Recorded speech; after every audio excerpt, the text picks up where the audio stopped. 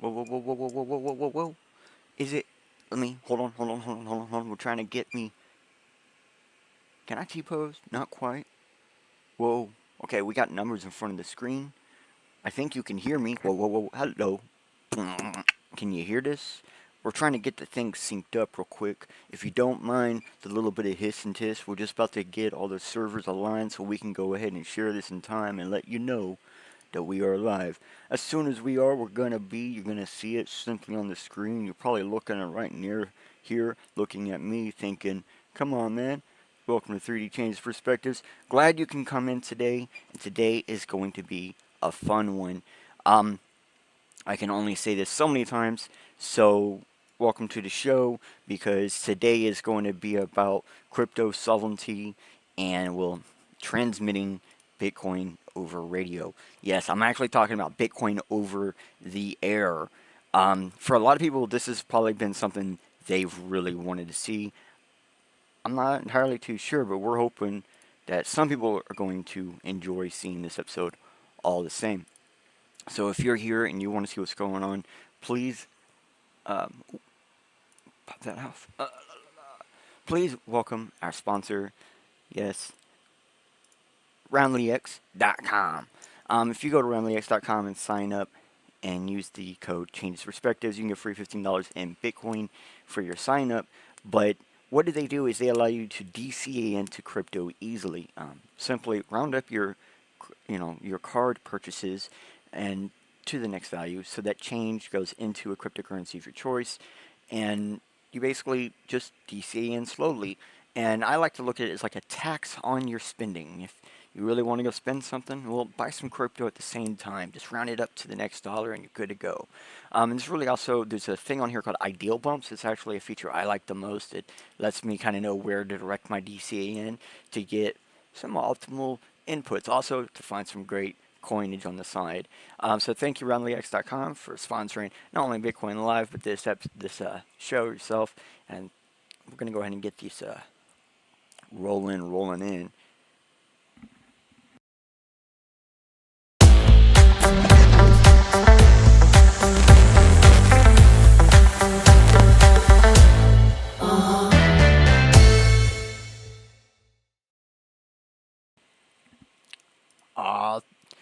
Yeah, thank you again, Roundly X, for sponsoring us, and that does include that awesome little video right there. Love to see it. Remember, just use the code Changes Perspectives when you sign up today. All right, so today again we're talking about 1 second. I got to set up the magic awesome sauce chat room for everybody. So if you go into the YouTube side right now, you can actually jump into the chat. It should be live. Nope, that's the wrong button.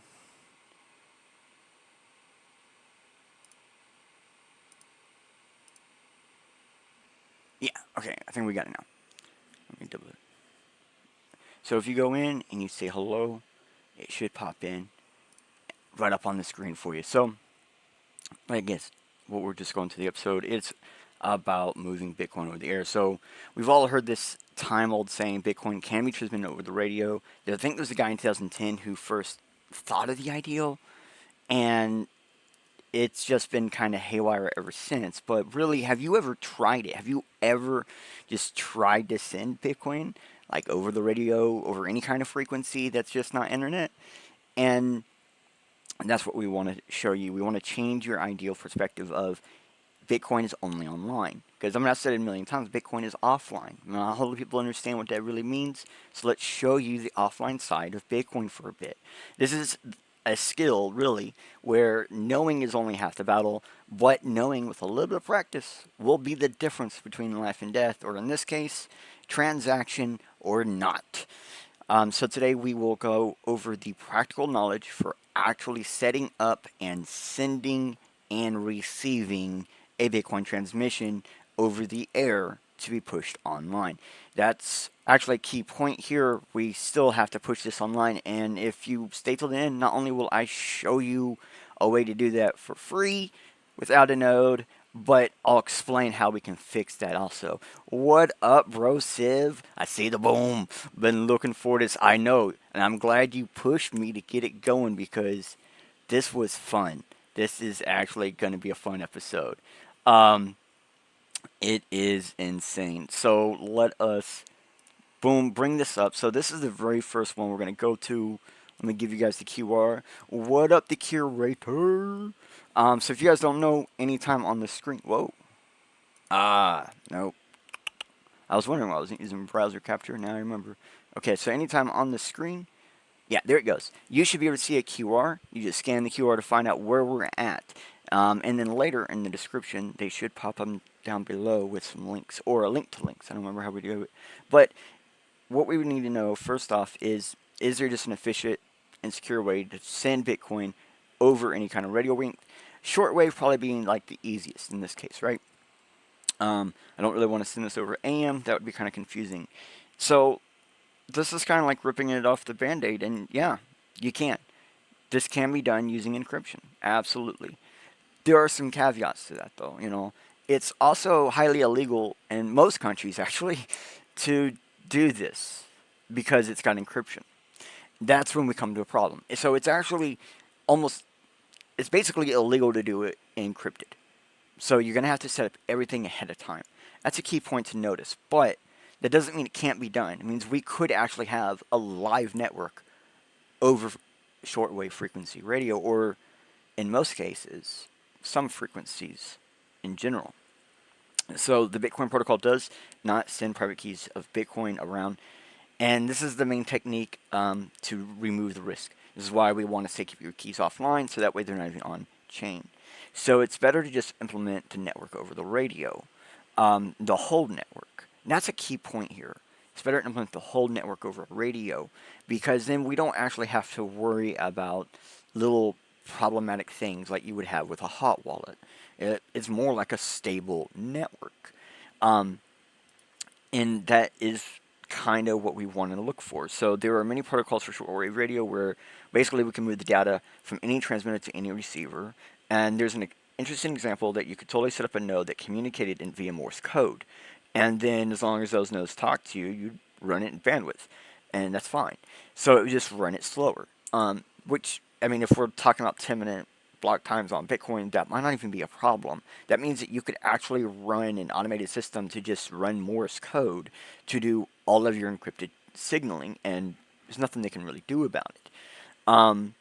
Although maybe try to block you, that's about it. But you could possibly use a modified version of a Bitcoin QT and use the same handshake messaging as they do over TCP/IP. Now, I think this is where we come into the most promising thing here, is that you can actually run it basically as online over frequency. That is probably the one we want to look for the most. But the ham radio community has an interesting P2P, so peer-to-peer system that allows you to basically look into this. So they have something very similar called ARPS. And it is a packet-based network which relies on peers to rebroadcast messaging. And it's, this really cool thing. They have tutorials, blah, blah, blah. Super handy. So that's a lot of information up front that just basically confirms it. It confirms there's more than one way. And it confirms that this is potentially extremely illegal, depending how we do it. So going into this ARPS, as I call it, I'm sure I'm saying it wrong, but it doesn't matter, because this system is basically how a lot of our miners and nodes work on a lot of our blockchains. This is actually a net positive. This is basically almost the same thing, just over a different frequency, as most decentralized networks as is. They are literally these little boxes of network. Oh, let me zoom in, bro. Let me zoom in. Gotta click on it. Yeah, little boxes, and they are literally just computers. They're repeaters. They're automated repeaters. They actually have a special name for the fact that they're a repeater, because they're a different type of repeater. They do things a little bit differently.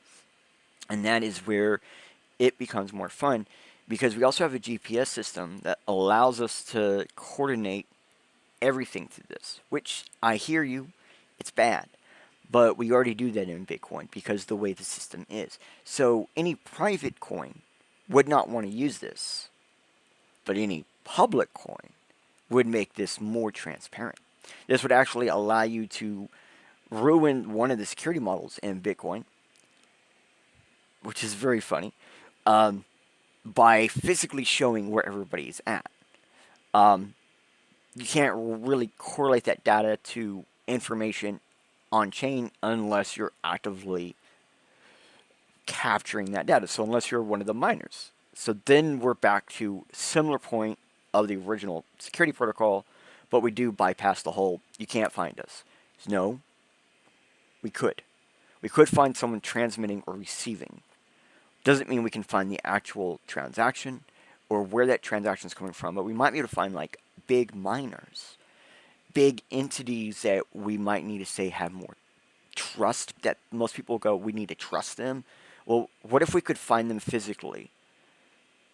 And then we could help remove that trust that needs to be there to find out if they're a real big facility or not. Yeah, sure, that becomes problematic on their end. But so does the fact that they want to become a big mining facility. Because that removes one of the that removes one of the security models. So there's a bunch of things that use this already, like weather stations, text messages, and I'm already saying what that means is there's other people on the network, which means we have a little bit of obscurity through more people having traffic, which means more chains doing this, more traffic, more possibility of confusion.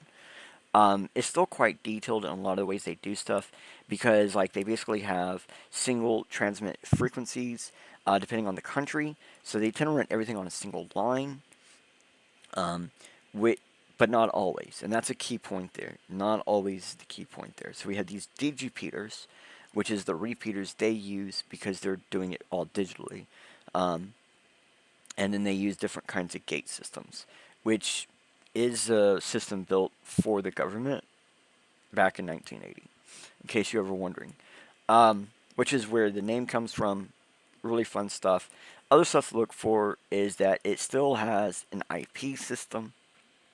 It still uses, like, the digital repeaters are still basically just packet repeaters. They're just basically miners and nodes. And they do, like, digipeaters keep track of packets they forward over a period of time to prevent duplicate transmission. Now this is a net positive. This actually makes physical double spending impossible. Yeah.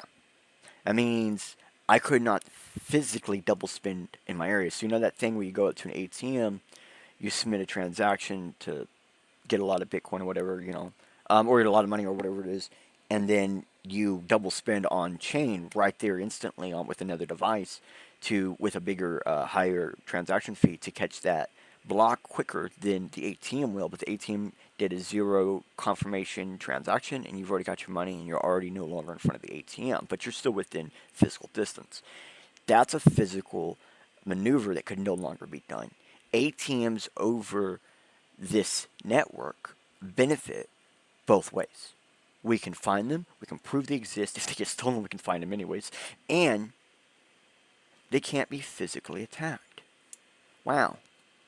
Now, before this ATM would ever get a zero confirmation, a confirmation of any kind of hash to be able to say there's been zero confirmation, just something to say, I have a bit of data to be able to find this later, they would have already got the block and it would have canceled and would have said, nope, sorry, bro. So it makes those ATMs slower, but there's a benefit to that. Security models. Now, there's a lot more information here if you want to come in here and check. The Wikipedia article, Google, the QR is right there for you.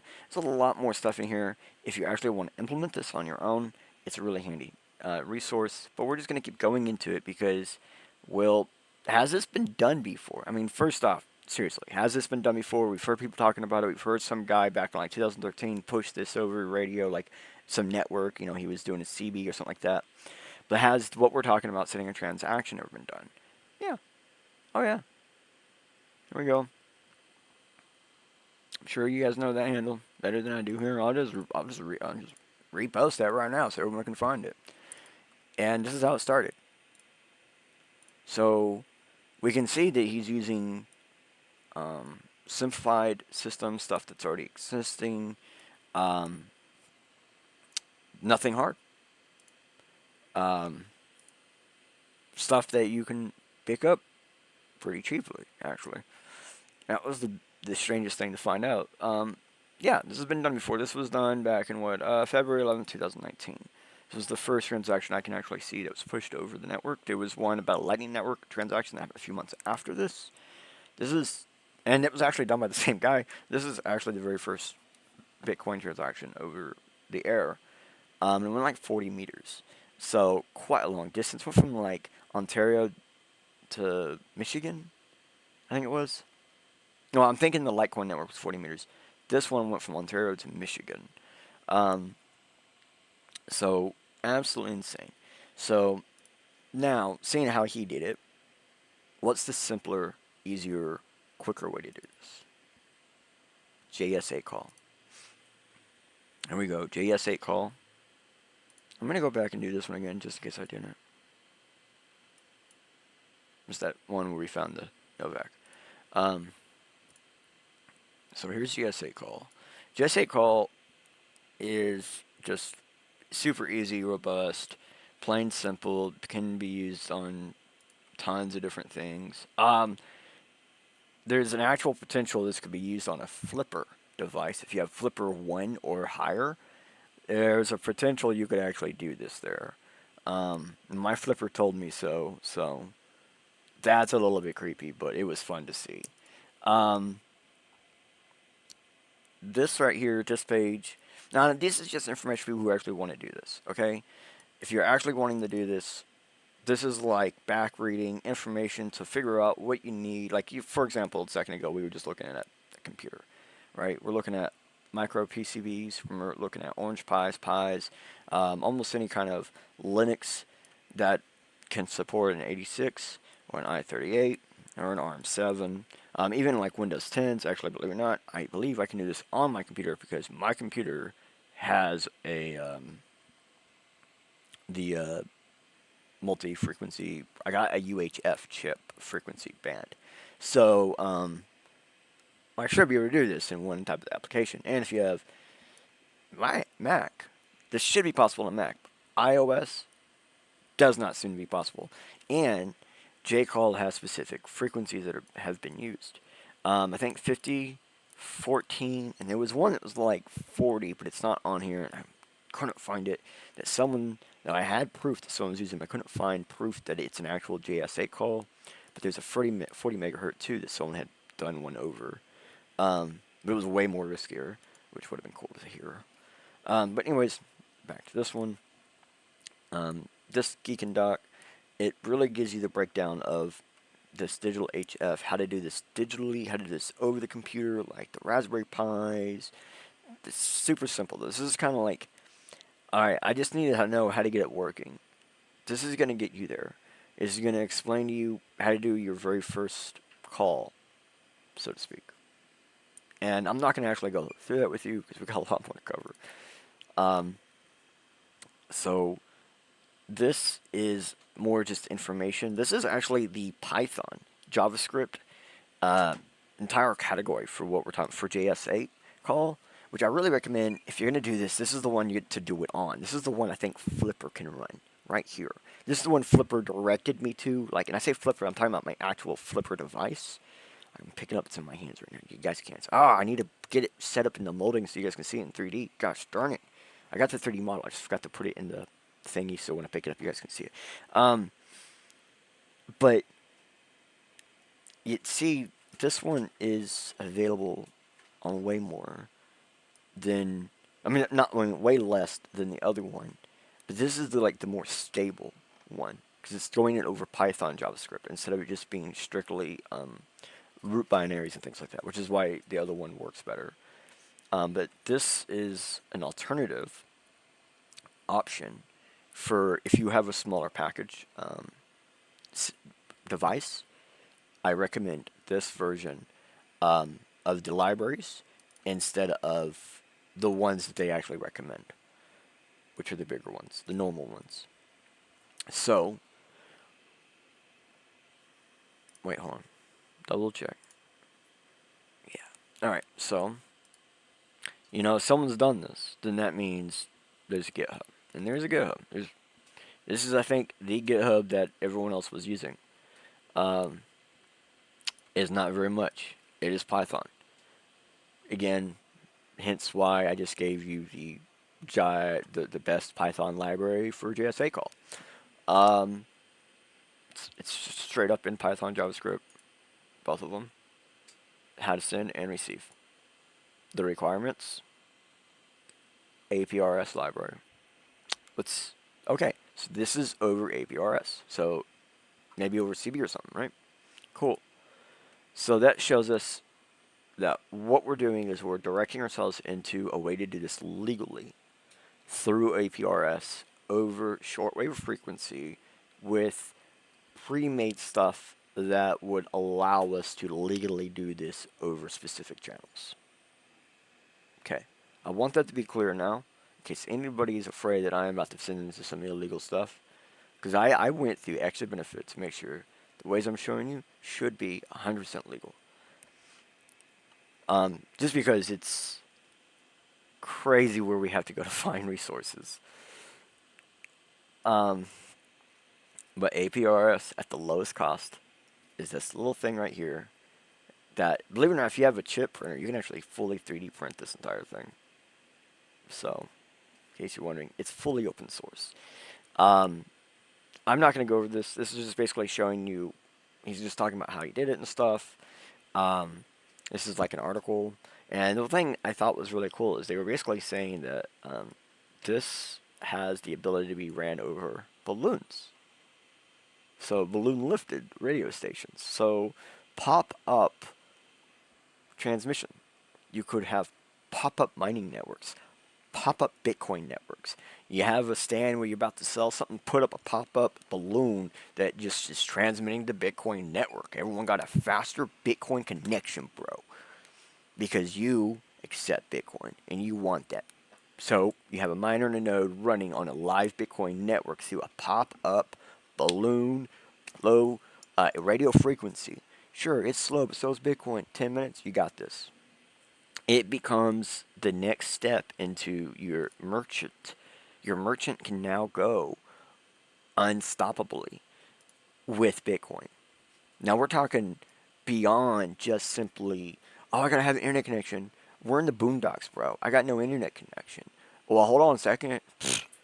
I got a frequency radio. I got a shortwave radio. I got an antenna. Let's do this. Crank that power. Boom.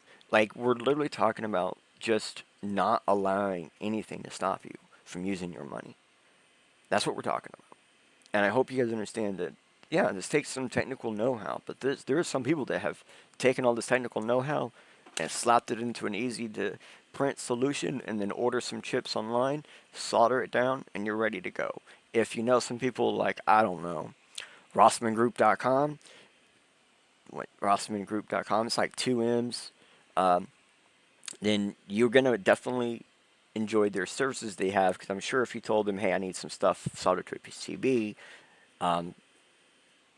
they might have a price point already set for that. So let's look at what it actually takes to do this. So this uses a modern moderation techniques for the BRR low SNR. I don't even know what that means. It just basically says this is the simplest, lowest, easiest way it could be done.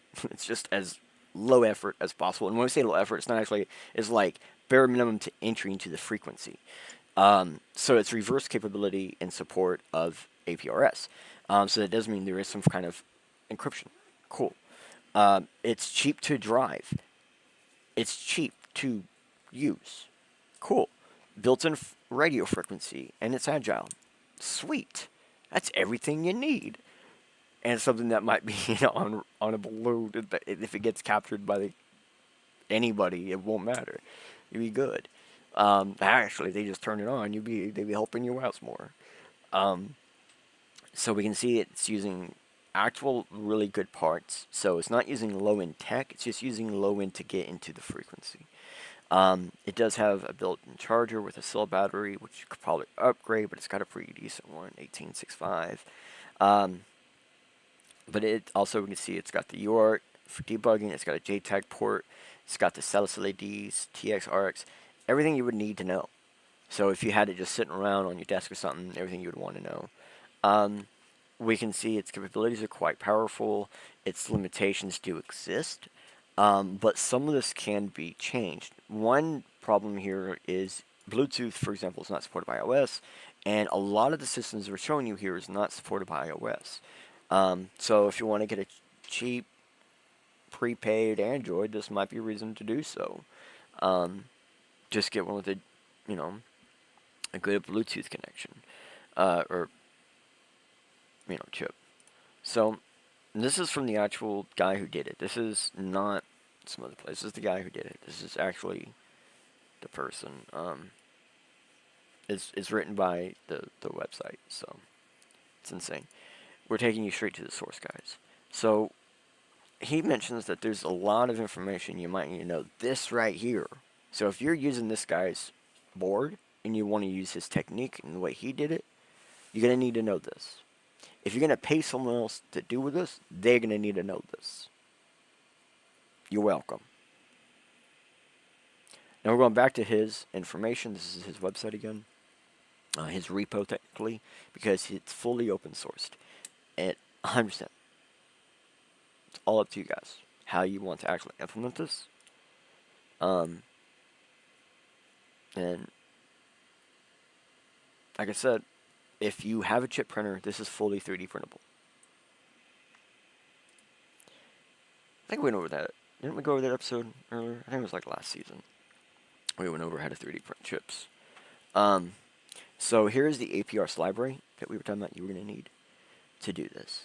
I know a lot of this is just me giving you information right now, but the big, like, pow is coming up. If you guys wait, because you just need this information. This is stuff I spent some good time trying to figure out where it was and why you needed it. This is just the library you need to run the APR software. And this is the one that I think you probably would want to preferably have. This is the Python library. This is the one I believe, this is the library I believe that will run on the Flipper 1 or better. Right now, the Flipper 1, it should run this library. And we'll have to do an entire episode on the Flipper another time, because you're going to love this type of technology coming forward. If you want to see this, right, so I love mining. I love Bitcoin mining. And I found this, and as you can see, I'm not allowed to view it. I got ad blockers on. So you guys can come view it. I'm subscribing to it, man. I'm giving a plus up. I'm going to share it. So if you're on Twitter, find on my time. I'm sharing it live for you guys. I'm just going to share it. I can't even watch it here. I've already seen it. I have my ways.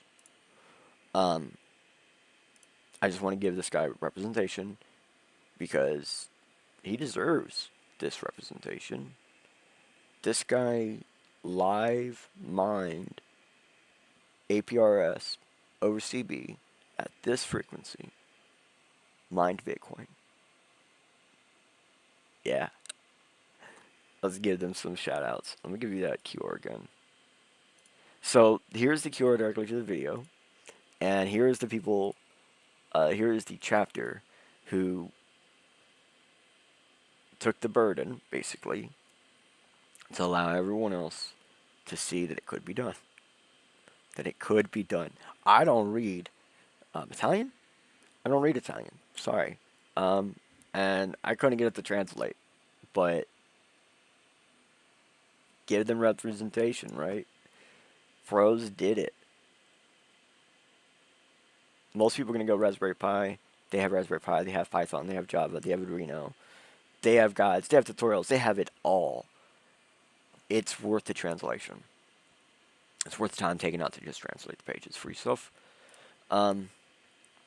But if that has already happened, what else is there? Is there a cheaper way to do this? I know some of us, some of you, some of us, me, sometimes, occasionally, want the easier, cheaper way to do this. Or not really cheaper either. We just don't want to have to be like DIYers and do this on our own. I get you. Not everybody's a DIYer. This potentially. I don't know how verifiable this is. Might be your answer. You might be able to purchase your way to do this. So this Ripple Tactical right here on Reddit, the tactical comms on Reddit, basically has a system that runs Android and most PC over mesh airwave with encryption. ECC 256 bit, so it's a good damn encryption. And it's called Ripple Tactical. I know a lot of my viewers are probably going to be like, well, bro, that's a sign. And I kind of feel like it is, but at the same time, I can't verify one or two things. And we're about to talk about that. Here is his website about doing this.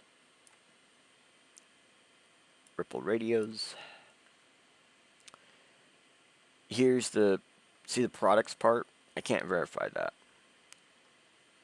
But there's more actual information. This is just the front page that kind of tells you to go here. Okay, this is the part I can't verify, the products.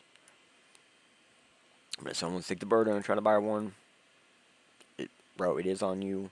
I can't verify that these will make it to you. We can see 8 cells. There it is. There. I'm handing it to you. It's on. Here.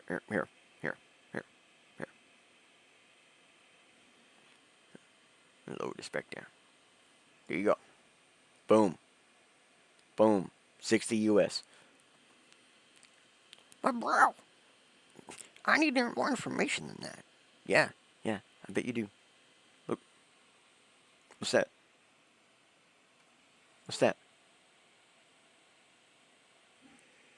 Repeater? Yeah.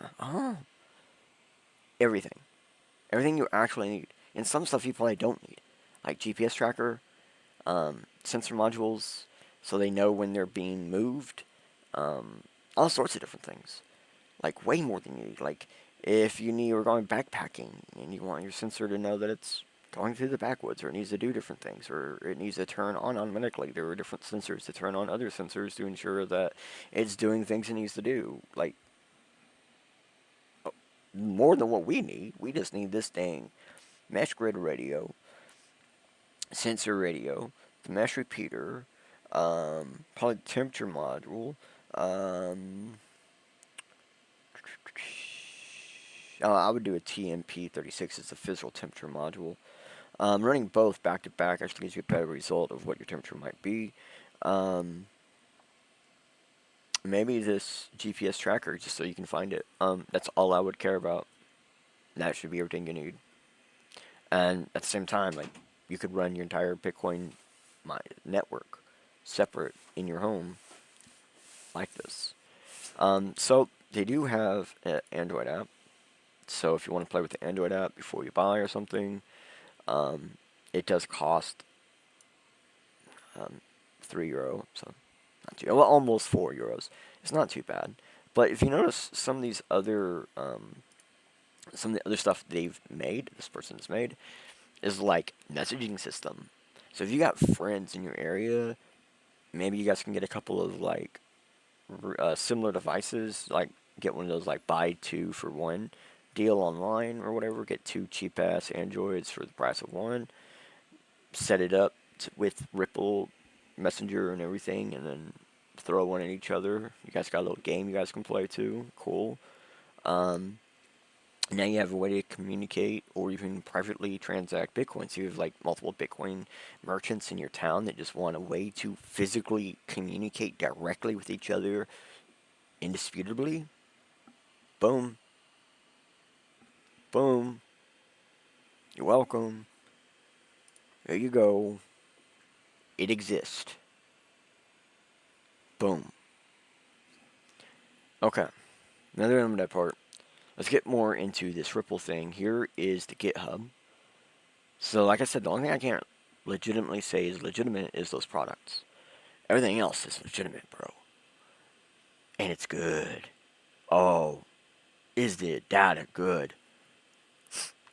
We can even see they have been using Seed Zayo for some of their stuff. One of the gods on Twitter, Seed Zayos. Yes, these seed peoples, I see them all the time on their little chips and stuff on Twitter. They make insane, delicious stuff, and we see RMF95 is probably the frequency set. This is the, you can see this, the Seed Zayo 90 RFM95. That's like a good set to have. I know it doesn't do absolutely everything, but this is like king frequency with that little setup for like small. And then, maybe this TTGO V2, probably the next one to have running alongside of it. So I'd probably run like more secure C, where you can only basically pick up tiny bits of information, but you can send messages. And then for like the basic Bitcoin network and stuff, do it on this lower end one that just allows you to basically do everything. So absolutely worth the learn. So if this is what you're wanting to do, this is going to let you do it. Here are some BlackBerry stack keyboards, like how to build this stuff, what you need, well, basically what you need, and how to put in the library into with that. So you don't have to know, you don't have to, it's all here. Everything. There it is. Get it set up, get it installed, run it. Ripple. This is Ripple Tactical by Spleenware. And actually, Spleenware, you got to follow.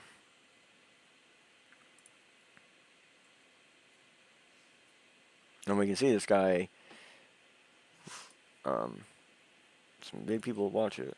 We can see privacy focused, also does the LoRa. That was another method. So let's get into this. What is LoRa? LoRa mesh is basically what we're just talking about. This is your low end radio frequency mesh. There are other ways to do this. There are more practical DI ways to do this. This is one of those fun things people do on the weekend with their kids to show them, hey, look, we can have an intercom system in our home that we made ourselves. We used to go to Radio Shack and buy this stuff and build this stuff when I was a kid. So this kind of stuff, you can see this is a project. This is a little project that they did with a Raspberry Pi 4. You can also use an Arduino Low-Ra radio botnet. I think some of this could be done on Flipper and some Flipper 1. Not Flipper 0. Flipper 0 won't be able to handle a lot of this. Flipper 1 should be able to handle this. But also, like, there's like various different orange Pis that come with like an RF on the board already. So an RF adapter already there. So like, bro, like some of the stuff come pre-built. You just gotta buy it. And these guys, they kind of show you the simple ways to do this. It says, look, there's more documentation here. Look, here's another way to do it here. So because there's more than one way to do this, I didn't want to go into one specific way. I just want to show you, look, if you want to do the DIY, there are two really simple ways to do this that could be implemented on a various number of things, depending on which one you want to use. Look at the specs, find something similar, find something cheaper. Because I know Raspberry Pi 4s are like $50 in most places, 80 some places, but I've even seen them for as low as 30. And these low radio botnets, they're normally a bit more expensive. They're also a lot better. Keep that in mind. We can even see right there, and my Zoom is not working, but we can see right here, this system is set up pretty simple. It's just talking on channel like an old-fashioned IRC. Simple.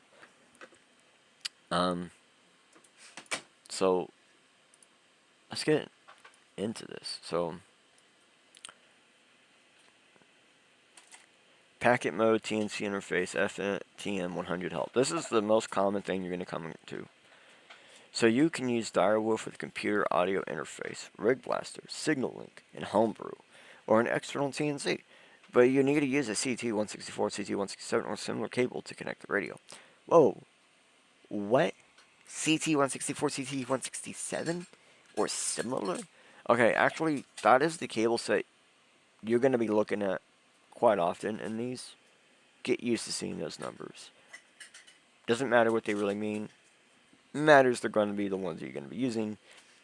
And we see CT164 is another similar For USB, they're talking about barrel jack and multi-pin, but we go here. Okay, so listen, I have personally set up Direwolf on Raspberry Pi using FTM100DR. So I've only been using it for APRS transmission and reception, so he's basically using it as a repeater. Since it's very active and you can use ARPS.phi, more information, to reverse beacon yourself and to see how your signal is doing. So there's even a way to check yourself. Nice. I've received and donated a few packets from a nearby BBS, and I'm not connected to it yet. But you could. I just haven't finished getting my software set up for that.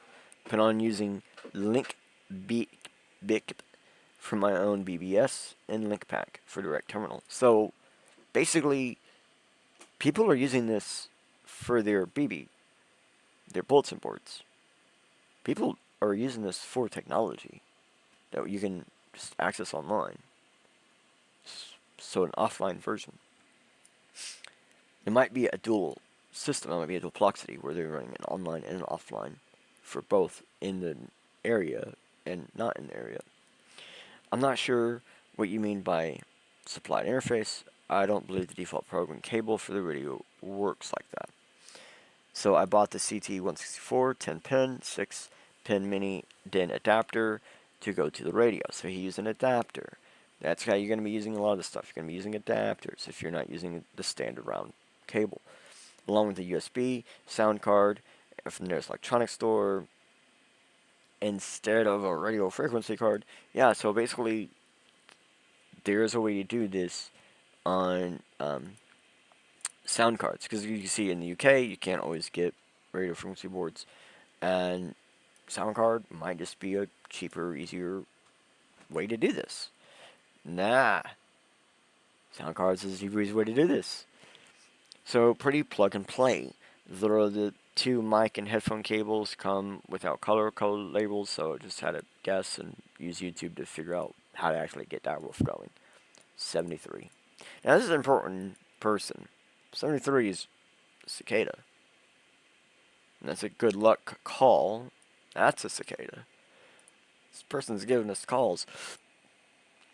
So, if we keep going, we see that they basically talk more about what's going on and how to fix the common problem. And he's saying there was basically a cord that does everything you needed to do. It's just a USB to serial cable. And it's basically packet radio AFSK.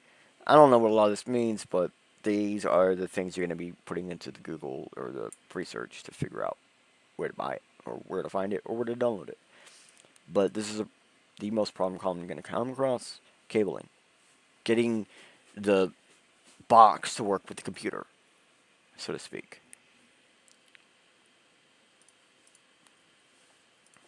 And Flipper 1 takes care of that problem for you. Does it all the same. So configure an amateur radio gateway with Raspberry Pi. So most people are going to probably be using Raspberry Pi. It's the cheapest, simplest way. And if you don't get the Raspberry Pi with an RF, which I don't even think they have that. I think it's a hat, to be honest. And we showed you that earlier, how to use that hat. So that was that. We were just information. But if we see, this kind of gives you an idea of what the GPS system looks like. So we can actually see from twos, we can see data channels, we can see how they're connecting, where they're lined at, and pretty interesting. And that's an ARP. That's just like a screenshot of an ARP, like it was running. On this Raspberry Pi, as we see here, yep, it's a hat. So, how to get the stuff, how to configure it. Well, this tells you how to configure it, which in the same process kind of tells you what to get. And you can see they're just using this right here. Pretty simple. Again, terminal node controller. We talked about that earlier. So this is the probably most plug and play way to go. Is this little article actually just kind of tells you everything you need to know right here. And accidentally just made it the simplest way we have so far, besides the flipper. And it comes from Red Hat. Probably why. Okay. So, you're gonna need to know more. But at this point, you're probably like, all you're doing is giving me info. Let me explain to you why we're doing this. So, here is just APRS Mobile, HT, APRS Droid. So, cell phones. So, this means that people running just cell phones can connect, interact. So if you have one person with a main system, you can have a bunch of other people with subsystems helping. And so if we have one person help the community doing a bunch with the bigger, we can have a bunch of smaller systems, just people in their back pocket helping into the network. And it can basically create better and more usable players of the Bitcoin network cheaper and easier than ever before. So this whole like mining can't do it on mining, well, we can still help the network. We can help the network in different ways now. We can help protect the network by using a system that's self-protecting in some ways. So the reason why I'm showing you all these other ones instead of just going straight to the original source, Gotenna, because everyone's going to research this and you're going to see everyone talking about this. Here's why we didn't cover anything that specifically uses Gotenna. They all mention it, and none of them specifically even use them. Here's why. We're on their website. This is live. This is brand new.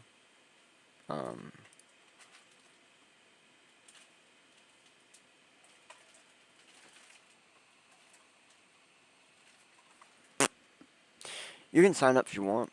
I'm not going to sit here and act like this might work. I don't know. But they're definitely notable to point out that we wouldn't have a lot of this technology running like it is, or people figuring out this stuff if it wasn't for Gotenna being the first ones to actually have a viable source. This was the first source to go to do this. They had built the Gotenna that led you to use it on your phone, pop and play, and then you used Samurai Wallet to pop and play the Bitcoin side. So yes, there is a way mobilely to pop in the Bitcoin side.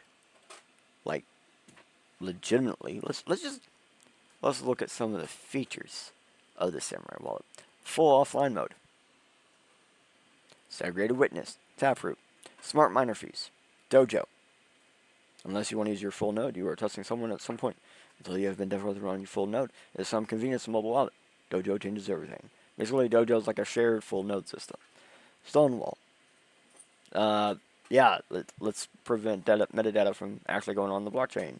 Paynam, batch spending, scrambled pin, stealth mode, ricochet, whirlpool. Basically everything you're going to want. You're welcome. They are awesome. They've been around for a really long time. I have their wallet on all my phones, but I don't think I actually use them for much of anything. And then I saw this and went, I gotta learn how to use this wallet. What? I need to verify it first. Well, actually, I verified an old version, but that was a long time ago. It's time to redo that. So here's the actual article a lot of you guys are going to find. And yeah, this is the one a lot of you guys are going to look at, and it's going to just basically tell you to use the TX10. And although that it's going to be hard to get or it's going to be expensive, this does kind of explain the fact that we're just using UHF. This is kind of how people bypass the Great Wall of the firewall in China. So this has got practical usage. It's basically a P2P mesh network like we already discussed. So we're just taking out the Gotenna part here and inserting a different system for the antenna. And so you're going to have to be able to communicate normally over Bluetooth from the phone or the flipper to this device, or from the phone to the flipper. And we can see that this actually, was used during the Hurricane Maria at Puerto Rico, and it did work. This is what put this on the map. And this is why I guess for a long time I just haven't done it, because this has been going on for a while. If I remember right, this has been like this for a long time. So, but I'm glad we found all these other ways to show you guys because this all stems from this person right here. This Smoke Too Much, very famous moniker. Just kind of had the ideal of, hey, you know, we could use this spread spectrum modulation and we could do this. You know, he just had the ideal of using shortwave radio and using basically, at the time, something similar to what we're looking at on ARPs. Just more open-ended. And ARPS ends up being this spread spectrum modulation, although not on a spread spectrum, it's on a single point instead. This is talking about running it on multiple channels or multiple frequencies and then running a thing to check them all the time. It's kind of cool. So, why are we still not done? Why am I still talking about this? What? Is there another way to do this? Yeah, there is. There's actually this whole thing called crypto radio that came out in like 2017. It was, you know, presented at Stanford University, is where the conference was going on, about just doing it over the air. Straight up. This is probably the more illegal way to do it, but they wanted to find a practical way to do this. Get that off my thingy. So here it is. Connect to the Bitcoin network from anywhere. This is the network. Whole network. This is that original thing we originally talked about. The whole network. The whole network. I can't say that enough. The network. Right here. We can see kind of how it's done. And we just basically have internet on both ends. And we're doing stuff in the middle. And then directing it to however we can get it there. And we can see this was used. This Git has been used or is used in an actual country. Denmark, right? I don't know. I don't actually know what country. I don't want to say where. Because I'll probably get it wrong. But it's been used, or does get used, or has been used. I don't know if it's still running, but they're open source, so you can install the REAST package. You can get everything from GitHub, which is right here. So it's fully open source, easy to run. You can't necessarily contact them. There's a Bitcoin address for the project if you want to donate. Cool. So let's do this one more time. Okay. At this point, you've probably seen a couple of these things fly by you, and you're like, okay, so we're doing stuff and then putting it online. Yeah. So let's figure out how to do this over SMS. This is probably the easiest way to get started to understand exactly what you're doing. And this bit is just how Bitcoin works. So the solution, though, is standard input-output for this method. So they don't use anything that's not necessary to put into the SMS. The sender and the intermediary use the same technique. So that's the important part here, is they use the same technique to do everything. So basically, this person, you send your hash, okay?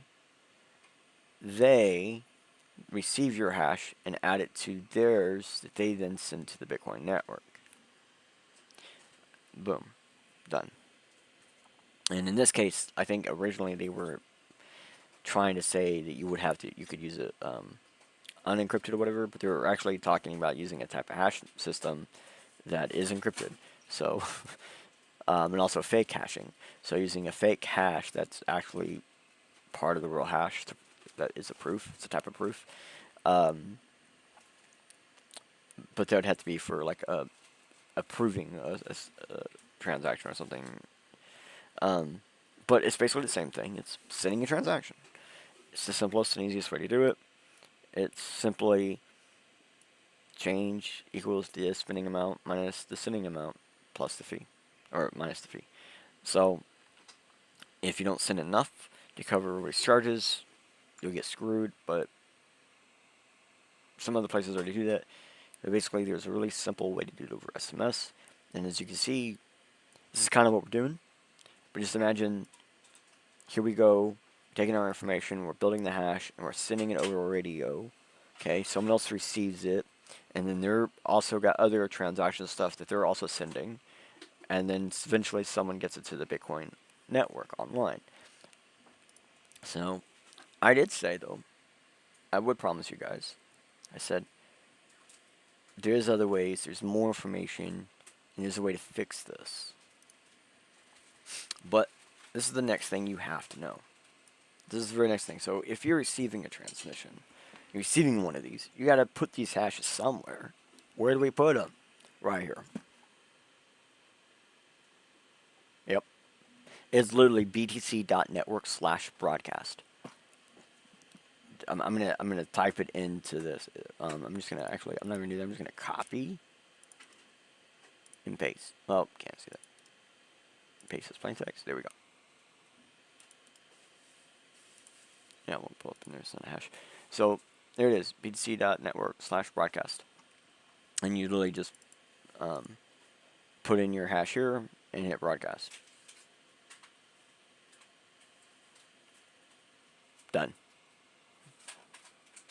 But in case you didn't notice, just sending over something as simple as the radio is decentralized in methodology, concepts, and even endpoint practical use cases.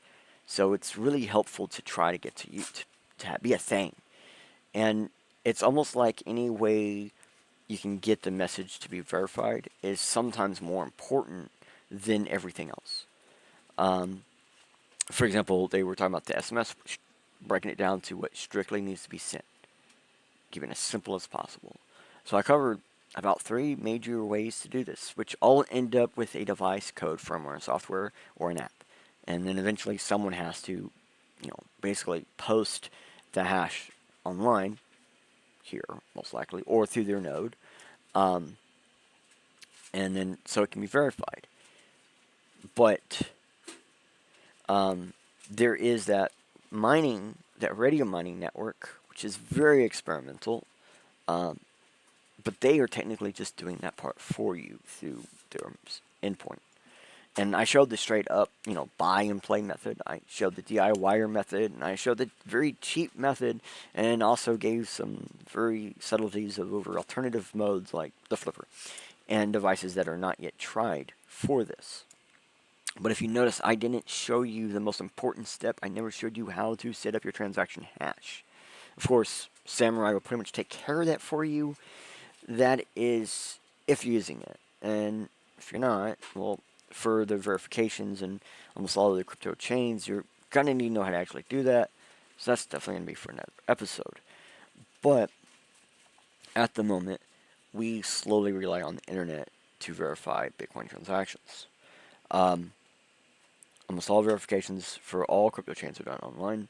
And as the radio repeating networks grows, it could potentially find a dedicated frequency or set of frequencies. Then we could grow and have more verification methods without direct to online every time. Of course, pure offline Bitcoin transactions are a thing where they make multiple hand hops pure off, like before transmitting online. So it's like I'm basically giving someone my private key, who gives that private key to someone else, who gives that private key to someone else, and we all just don't sweep it. And a lot of times that type of stuff is very handy because this over the radio is kind of like that, but without the private key, which is really nice. We just have to hope that someone actually hands our hash over to someone else, which is why there's been a lot of decentralized and no trust ways and methods built to make this happen. But of course, at the end of the day, it is risky to do anything offline. But if you had like an internal business or a company, or like I said earlier, a set of merchants in a town, this could be a a better way to do internal transmissions or internal corporate handling of transmissions or even private community transmissions, as I discussed earlier. This could be the difference between having a Bitcoin forum and having a live Bitcoin community in your area mining, verifying, and transacting locally.